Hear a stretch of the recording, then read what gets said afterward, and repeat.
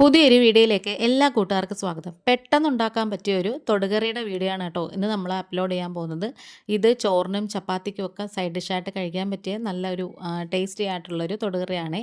Video skip ചെയ്യാതെ full കാണണം. ഇഷ്ടപ്പെട്ട ചാനലൊന്ന് സബ്സ്ക്രൈബ് ചെയ്ത് സപ്പോർട്ട് ചെയ്യണേ. താമസിക്കുന്നില്ല, നമുക്ക് നേരെ വീഡിയോയിലേക്ക് തന്നെ പോവാം.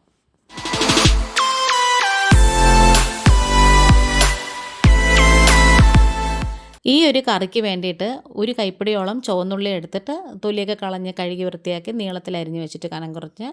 അതുപോലെ തന്നെ ഇത് തൊണ്ടൻ മുളകാണ്, സാമ്പാർ മുളകെന്നൊക്കെ പറയേ. അതിപ്പം ഏകദേശം ഒരു 4 എണ്ണം എടുത്തിട്ടുണ്ട്. ഈ ഒരു മുളക് കിട്ടുന്നെങ്കിൽ ഇതാണ് നല്ല ടേസ്റ്റ്. ഇതിന് പകരം നമ്മുടെ ഇവിടെയൊക്കെ കിട്ടുന്ന ബജിമുളകുണ്ടല്ലോ, നീളം ബജിമുളക്, അതെടുത്താലും മതി. അതും കിട്ടിയില്ല എന്നുണ്ടെങ്കിൽ പച്ചമുളകായാലും മതി. പക്ഷേ അത് ഭയങ്കര എരിവുള്ള മുളക് എടുക്കരുതേ. അതൊക്കെ നന്നായിട്ട് അരിഞ്ഞ് വെച്ചിട്ടുണ്ട്. ഇനി ചീനിച്ചട്ടിയിലേക്ക് കടുകും വറ്റൽമുളകും കറിവേപ്പിലയൊക്കെ വെളിച്ചെണ്ണയിൽ താളിച്ചതിന് ശേഷം നമുക്കിതെല്ലാം കൂടി തട്ടിക്കൊടുക്കാം.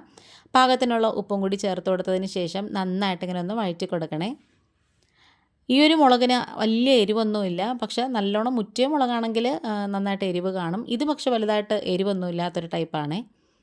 ഇനി ഇത് നന്നായിട്ട് ഇങ്ങനെ കൈയെടുക്കാതെ ഒന്ന് വഴറ്റി കൊടുക്കണം. മീഡിയം തീയിലിട്ട് വേണം നമുക്കിത് വഴറ്റാനേ. പിന്നെ ഉള്ളിയൊക്കെ നല്ല കനം കുറച്ച് അരിഞ്ഞതുകൊണ്ട് തന്നെ പെട്ടെന്ന് വെന്ത് കിട്ടും. ഇനി നമുക്കിതൊന്ന് അടച്ച് വെക്കണം. ഒരു 2-3 മിനിറ്റ് അടച്ച് വെച്ചതിന് ശേഷം ഒന്നും കൂടി ഇടയ്ക്ക് തുറന്നിട്ട് ഇതുപോലെ ഒന്ന് ഇളക്കി കൊടുക്കണം. നന്നായിട്ട് വാടിയതിന് ശേഷം ഒന്ന് വെന്തും കിട്ടണം. അത് മാത്രമല്ല നന്നായിട്ട് ഇങ്ങനെ മുരിഞ്ഞും കൂടെ കിട്ടണേ.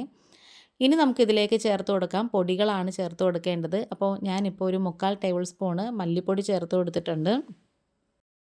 മല്ലിപ്പൊടി ചേർത്തതിന് ശേഷം നമുക്ക് ഒന്ന് മൂപ്പിച്ചെടുക്കണേ. കാരണം മല്ലിപ്പൊടിക്ക് കുറച്ച് മൂപ്പ് കൂടുതലാണ്. അതിങ്ങനെ ഒരു 4-5 തവണ ഇങ്ങനെ ചെറുതായിട്ടിങ്ങനെ പച്ചമണം മാറുന്നത് വരെ ഒന്ന് വഴറ്റി കൊടുത്തതിന് ശേഷം നമുക്ക് മുളക് പൊടി ചേർത്ത് കൊടുക്കാം. അപ്പം ഞാനിവിടെ എരിവുള്ള മുളക് പൊടി ചേർത്ത് കൊടുത്തിട്ടുണ്ട്. അതിപ്പം ഏകദേശം 1 ടീസ്പൂണോളം ചേർത്ത് കൊടുത്തിട്ടുണ്ട്. പിന്നെ അതുപോലെ തന്നെ കളറിന് വേണ്ടിയിട്ട് 1 ടീസ്പൂണോളം കാശ്മീരി മുളക് പൊടിയും കൂടി ചേർത്ത് കൊടുത്തിട്ടുണ്ട്. അപ്പോൾ ഈ ഒരു മുളകിന് വലിയ എരിവില്ലാത്തത് കൊണ്ടാണ് ഞാനിപ്പം എരിവുള്ള മുളക് പൊടിയും കൂടി ചേർത്തത്. നിങ്ങളുടെ കയ്യിലുള്ള മുളകിന് എരിവുള്ളതാണെങ്കിൽ പിരിയൻ മുളക് മാത്രമേ എടുക്കാവൂ. ഇനി ഇങ്ങനെ ഒന്ന് നിരത്തിയൊക്കെ കൊടുക്കുമ്പോഴത്തേക്കും ആ പൊടികളൊക്കെ ആ എണ്ണയ്ക്കകത്തും ആ ഉള്ളിക്കകത്തൊക്കെ കിടന്നൊന്ന് ചെറുതായിട്ടിങ്ങനെ മുരിഞ്ഞ് ആ ഒരു കുത്തലൊക്കെ അങ്ങ് മാറി. ഇനി നമുക്കിതിലേക്ക് കുറച്ച് ചൂടുവെള്ളം ഒഴിച്ചു കൊടുക്കാം. അപ്പോൾ ഈ ഒരു കറി എന്ന് പറഞ്ഞാൽ ഭയങ്കര ചാറ് കറിയായിട്ടല്ല ഇരിക്കുന്നത്, ഒന്ന് കുറുകിയൊരു പരുവത്തിലാണ് ഇരിക്കുന്നത്. അപ്പോൾ പൊടികളൊക്കെ ചേർത്തതിന് ശേഷം ചൂടുവെള്ളമൊക്കെ ഒഴിച്ചിട്ട് നന്നായിട്ട് ഇങ്ങനെ മിക്സ് ചെയ്തെടുത്തതിന് നന്നായിട്ട് അലിയിച്ചെടുത്ത പുളിവെള്ളം ഉണ്ടല്ലോ, അതും കൂടി ഒഴിച്ചു കൊടുക്കാം. അപ്പം ഞാൻ നേരത്തെ തന്നെ ഒരു ചെറിയ നെല്ലിക്ക വലിപ്പത്തിനുള്ള പുളി എടുത്തിട്ട് കുറച്ച് ചൂടുവെള്ളം ഒഴിച്ച് വെച്ചിട്ടുണ്ട്. അത് നന്നായിട്ട് അലിഞ്ഞ് വന്നതിന് ശേഷം ഇതിലേക്ക് അങ്ങ് ഒഴിച്ചു കൊടുക്കാം. അപ്പോൾ ഉപ്പ് കുറവായിരുന്നതുകൊണ്ട് ഒരു ഇച്ചിരി ഉപ്പും കൂടി ചേർത്ത് കൊടുത്തിട്ടുണ്ട്. ലാസ്റ്റ് നമുക്ക് കുറച്ച് കായപ്പൊടിയും കൂടി ചേർത്ത് കൊടുക്കണേ.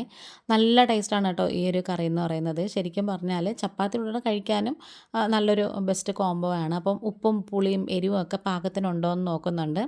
അപ്പോൾ അത് എല്ലാം നല്ല സെറ്റായിട്ട് വന്നിട്ടുണ്ട്. അടച്ച് വെച്ച് സിമ്മിൽ വെക്കുമ്പോഴത്തേക്കും ആ എണ്ണയൊക്കെ ഒന്ന് തെളിഞ്ഞ് വരും. കുറേ കഴിയുമ്പോഴത്തേക്കും തണുത്ത് കഴിയുമ്പോൾ ഉണ്ടല്ലോ ഇത് നല്ലൊരു ബ്രൗണിഷ് കളറായിട്ട് വരും. അപ്പോൾ നമ്മുടെ വീഡിയോ വൈൻഡപ്പ് ചെയ്യാറായിട്ട് വരുവാണ്.